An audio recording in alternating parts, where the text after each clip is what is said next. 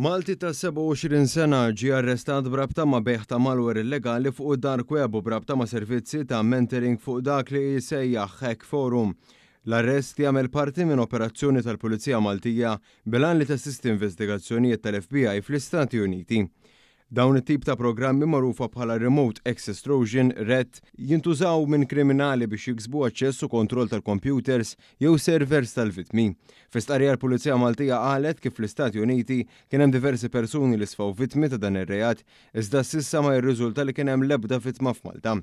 L-investigazzjonijiet f'Malta tmexxew mit-taqsima tas-cybercrime wara talba l-assistenza li ntalbet mill-Istati Uniti li kienet tindika li s-suspettat ewlieni fil-beħ ta' dan ir-RAT huwa Malti.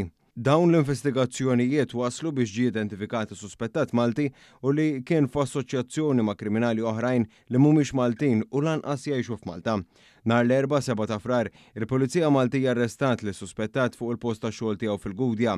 Waqt tfittxijiet li saru f'diversi postijiet ta' suspettat ġew elevati numru ta' affarijiet brabta ma' din l-investigazzjoni. Ir-raġel ta' 27 sena li l-identità tiegħu ma tħabbritx tressa l-qorti l-ħamis wara nofsinhar quddiem il-Maġistrat Telassa Ġanella Camilleri Busuttil biex jibdew il-proċeduri ħalli jiġi estradit lejn l-Istati Uniti u jiffaċċja l-akkużu quddiem il-Qorti Amerikana u tal-konsens tiegħu għall-estradizzjoni u qiegħed jinżamm arrestat fil-faċilità korrettiva ta' Kordin.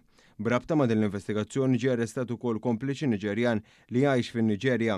Operazzjonijiet oħrajn f'diversi pajjiżi brabta mal-istess beħ ta' malware illegali fuq id-dark web kienet qiegħda titmexxa mill-Europol bl-involviment ta' diversi stati oħrajn fosthom il-Pulizija Federali Awstraljana, il-Pulizija tal-Kanada, tal-Kroazja, tal-Finlandja, tal-Olanda, tar-Rumanija, tal-Ġermanja u tan-Niġerja.